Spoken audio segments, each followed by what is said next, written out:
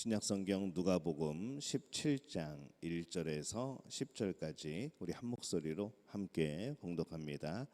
예수께서 제자들에게 이르시되 실족하게 하는 것이 없을 수는 없으나 그렇게 하게 하는 자에게는 화로다. 그가 이 작은 자 중에 하나를 실족하게 할진대 차라리 연자 맷돌이 그 목에 매어 바다에 던져지는 것이 나으니라. 너희는 스스로 조심하라. 만일 내 형제가 죄를 범하거든 경고하고 회개하거든 용서하라. 만일 하루에 7번이라도 내게 죄를 짓고 7번 내게 돌아와 내가 회개하노라 하거든 너는 용서하라 하시더라. 사도들이 주께 여짜오되 우리에게 믿음을 더하소서 하니 주께서 이르시되 너희에게 겨자씨 한 알만한 믿음이 있었더라면 이 뽕나무더러 뿌리가 뽑혀 바다에 심기어라 하였을 것이요 그것이 너희에게 순종하였으리라. 너희 중 누구에게 밭을 갈거나 양을 치거나 하는 종이 있어 밭에서 돌아오면 그더러 곧 와 앉아서 먹으라 말할 자가 있느냐. 도리어 그더러 내 먹을 것을 준비하고 띠를 띠고 내가 먹고 마시는 동안에 수종 들고 너는 그 후에 먹고 마시라 하지 않겠느냐. 명한 대로 하였다고 종에게 감사하겠느냐. 이와 같이 너희도 명령받은 것을 다 행한 후에 이르기를 우리는 무익한 종이라 우리가 하여야 할 일을 한 것뿐이라 할지니라. 아멘. 할렐루야. 하나님의 은혜가 오늘 새벽에 하루의 첫 시간을 주 앞에 드리는 우리 믿음의 가족들에게 함께 하시기를 예수님의 이름으로 축원합니다. 오늘 말씀은 이 하나님 나라를 살아가는 사람들이 관심이 하나님의 나라에 우리가 향하여 되고 또 이 관심이 세상에 있는 부가 아니라는 것을 또 이렇게 말씀해 주시는 그런 내용을 담고 있습니다. 이 세상을 살아가면서 이 사람들은 서로 관계를 맺으며 살아가죠. 사람은 서로 부족함을 가지고 있습니다. 이 완벽한 존재는 아닙니다.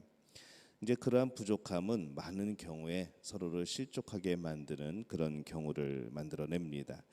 1절에 보면은 예수께서 제자들에게 이르시되 실족하게 하는 것이 없을 수는 없으나 그렇게 하는 자에게는 화로다라고 말씀을 합니다. 이 실족하게 한다라는 단어는 누군가가 죄를 범하도록 이끌어가는 것, 이것을 실족한다라는 그런 표현이죠. 누군가 죄를 범하도록 이끄는 것. 그래서 이 누군가 실족한다는 것은 사실 최종의 책임은 그 자신에게 있습니다. 그 자신이 죄에 이끌린 것이고 그 자신이 죄를 범한 것이죠. 하지만은 그런 환경을 인위적으로 만들어가고 그렇게 실족하게 우리가 막 꾀를 내고 막 그렇게 계획을 짜고 이것도 그 사람도 죄가 없다고는 할 수 없는 바로 그러한 말씀입니다. 이 사람이 더불어 살 때에 항상 이 죄가 영향을 미치게 되죠. 평생 따라다니는 그 지독한 죄를 우리는 과연 어떻게 해야 되는가?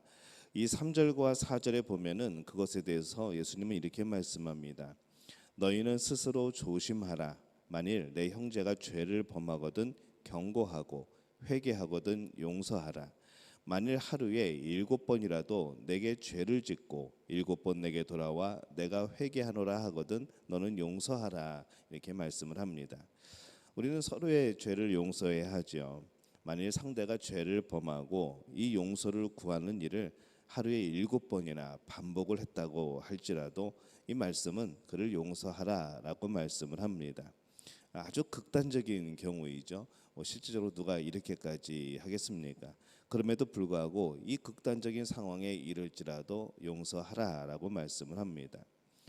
여기에서 이 회개하거든 용서하라라는 구절은 이게 꼭 회개해야지만 용서하라는 의미가 아니라 회개하면 그가 뉘우치는 기색이 있으면은 용서하라는 것이죠. 사실 우리 안에는 용서가 되지 않은 일들이 굉장히 많습니다. 우리 안에서는 그런 일들을 경험하게 되고 절대로 그렇게 용서가 안 되는 그런 상황들이 우리에게 펼쳐지죠. 그러면 어떻게 해야 될까라는 생각을 해보게 됩니다. 이 대부분의 것은 우리가 우리 안에서 해결할 수 있어야 하죠. 그런데 어떤 것은 정말 용서가 안 될 수도 있습니다. 그러면 정말 중요한 것은 우리가 그 일로 인하여서 내 마음이 상하지 않도록 우리가 조치하는 것이 필요하죠.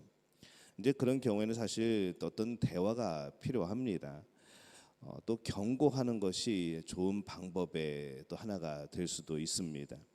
여기서 이 경고라고 이렇게 표현을 했지만은 이 단어의 당시의 헬라어의 의미로 보면은 이 부드러운 충고입니다. 그가 죄를 지었음을 그가 죄를 인식하도록 만드는 것이죠.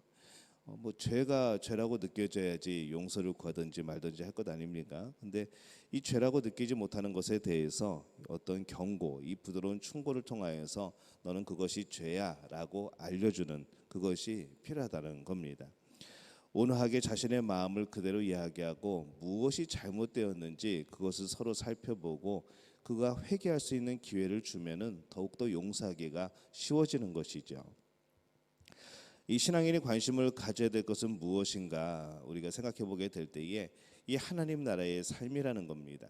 이 하나님 나라의 삶을 우리가 이 땅에서도 경험을 하고 우리가 이 땅에서도 살아보려고 하는 것, 또 우리 마음속에 이루어지는 그 하나님 나라의 그런 유익들, 하나님의 통치하심을 경험해 보는 것이 우리가 이 땅을 살아가면서 꼭 해야 될 일입니다. 우리들이 또 관심을 가져야 되는 것이 바로 믿음이죠. 특별히 이 믿음의 위대함이 있습니다. 5절에서 6절에 보면은 사도들이 주께 여짜오되 우리에게 믿음을 더하소서 하니 주께서 이르시되 너희에게 겨자씨 하나일 만한 믿음이 있었더라면 이 뽕나무더러 뿌리가 뽑혀 바다에 삼키어라 하였을 것이요 그것이 너희에게 순종하였으리라 이렇게 말씀을 합니다. 예수님께서는 그들에게 믿음이 무엇을 할 수 있는지를 말씀을 해주십니다. 근데 그것은 그들이 상상할 수도 없는 많은 능력과 많은 일을 할 수 있다고 예수님은 대답을 하시죠.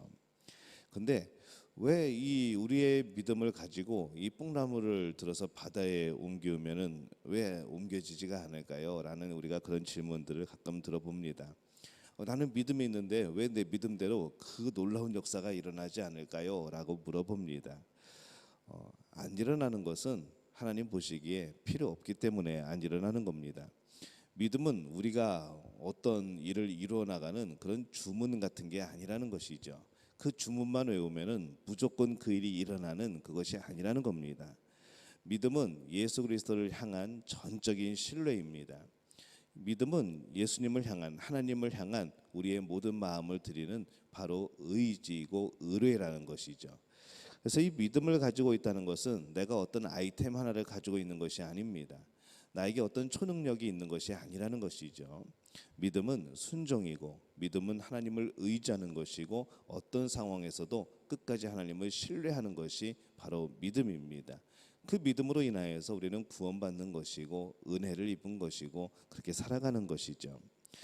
이 뽕나무 바다에 뭐하러 심겠습니까? 정말 우리의 믿음을 가지고 이 뽕나무를 바다에 심는 이 그런 일에 그 믿음을 사용할 필요는 없는 것이죠. 그들이 가지고 있는 믿음은 이미 엄청난 믿음입니다. 우리에게 주신 믿음은 놀라운 능력이 있습니다. 왜냐하면 하나님께서 그 믿음을 통하여서 역사하시기 때문입니다. 하나님이 주체가 되는 것이고 우리는 그 믿음을 통하여서 하나님의 은혜를 입는 것이죠. 우리가 믿음의 주체가 되어서 내가 능력을 행하는 것이 아니라는 겁니다. 그래서 그 믿음은 그 어느 것보다도 위대한 것이죠. 그래서 그 믿음을 선물이라고 하는 이유가 바로 그러한 이유입니다. 하나님께서 우리를 통하여 역사할 수 있는 것, 바로 우리가 하나님께 전적으로 맡기게 될 때에 하나님이 그 놀라운 능력들을 행하시게 되는 것, 바로 우리는 이 믿음을 가지고 있는 겁니다. 오늘 우리 믿음교회 또 우리 믿음의 가족들이 이 믿음의 놀라운 능력과 그 은혜를 경험하는 분들이 되어지시기를 예수님의 이름으로 축원합니다. 믿음은 그들의 영혼을 구원할 겁니다. 그 믿음은 하나님께서 가장 귀하게 여기시는 것이기 때문에 그런 것이죠. 그러기에 때로는 답답해 보이고 때로는 우리가 믿음을 가지고 있지만은 아무것도 일어나지 않고 아무것도 아닌 것처럼 우리가 그 믿음이 그렇게 보여도 우리는 그 믿음을 지키기 위해서 우리는 최선을 다해야 되는 것이죠. 믿음은 위대합니다. 그런데 그 이면에는 하나님의 은혜가 있는 것이죠. 예수님은 또 제자들에게 일을 하고 들어온 종에 대해서 말씀을 합니다. 종이 밖에서 일을 하고 들어옵니다. 그러면 주인은 그 종에게 아이고 수고했네 하면서 힘들었지 하면서 땀 닦아주고 내가 밥 줄 테니까 좀만 기다려라고 말을 할까라는 겁니다. 전혀 그렇게 하지 않죠. 빨리 밖에 나가서 밥을 해오라고 합니다. 이제 일 끝나고 이제는 저녁을 해야 되니까 빨리 밥 짓고 나에게 상을 차려오라라고 말하는 것이죠. 왜 그럴까요? 그것이 종으로서 당연히 해야 되는 일이기 때문에 그렇습니다. 과연 우리는 어떨까 생각을 해봅니다. 오늘 이 말씀의 주인과 종의 관계의 차이보다 이 하나님을 주인으로 보고 우리를 종이라고 보았을 때 이 하나님과 우리의 관계는 더욱더 그 주인과 종의 관점에서는 더욱더 큰 차이가 나는 그런 존재가 아니겠습니까? 사실 하나님과 우리를 어떻게 비교를 하겠습니까? 우리는 하나님 앞에 사실 종도 될 수 없는 바로 그러한 피조물일 뿐입니다. 주인과 종의 관계가 더 사실은 가까운 것이죠. 창조주와 피조물은 더 먼 겁니다. 오늘 말씀의 10절에 보면은 이렇게 말씀을 합니다. 너희도 명령 받은 것을 다 행한 후에 이르기를 우리는 무익한 종이라 우리가 하여야 할 일을 한 것뿐이라 할지니라 이렇게 말씀을 합니다. 그렇기 때문에 우리가 이 하나님께 명령받은 것을 다 순종한 이후에 우리가 해야 되는 말이 무엇인가 하면은 내 대가 주세요. 내가 헌신하고 내가 봉사했으니까 내가 이렇게 충성했으니까 하나님 내 대가를 주세요라는 것이 아니라 나는 무익한 종입니다. 이렇게 고백해야 된다는 것이죠. 이것이 하나님 나라를 살아가는 하나님 나라의 백성들의 모습이라는 겁니다. 믿음을 알기 위해서는 은혜를 알아야 되죠. 우리가 믿음으로 무엇인가를 열심히 하여도 그것은 우리가 무슨 대단한 일을 하는 것은 아닙니다. 그것은 종이 일을 해야 하는 것보다 더 당연한 것이죠. 우리에게 생명을 주신 분, 나를 위해 십자가에 못 박혀 돌아가신 분을 위해서 우리가 어떤 대가를 바라고 우리가 어떤 복을 바라고 그러면서 우리가 신앙생활을 마치 내가 뭔가를 해주는 것처럼 하는 이런 모습은 아니라는 겁니다. 많은 분들이 신앙생활을 꼭 교회를 위해서 꼭 어떤 저를 위해서 신앙생활을 하는 것처럼 그렇게 보여질 때가 있습니다. 신앙생활은 하나님과 우리 성도들의 일대의 관계이죠. 저 또한 신앙생활을 합니다. 목사라고 그래가지고 그냥 자연스럽게 모든 것이 되는 것이 아니고 늘 하나님 앞에서 하나님과 1대1로 내 마음을 드리고 내 고백을 하고 또 그렇게 하나님의 그런 말씀을 묵상하며 또 하나님의 뜻을 알고 이런 그런 개인적인 그런 친밀한 그런 교제가 필요한 겁니다.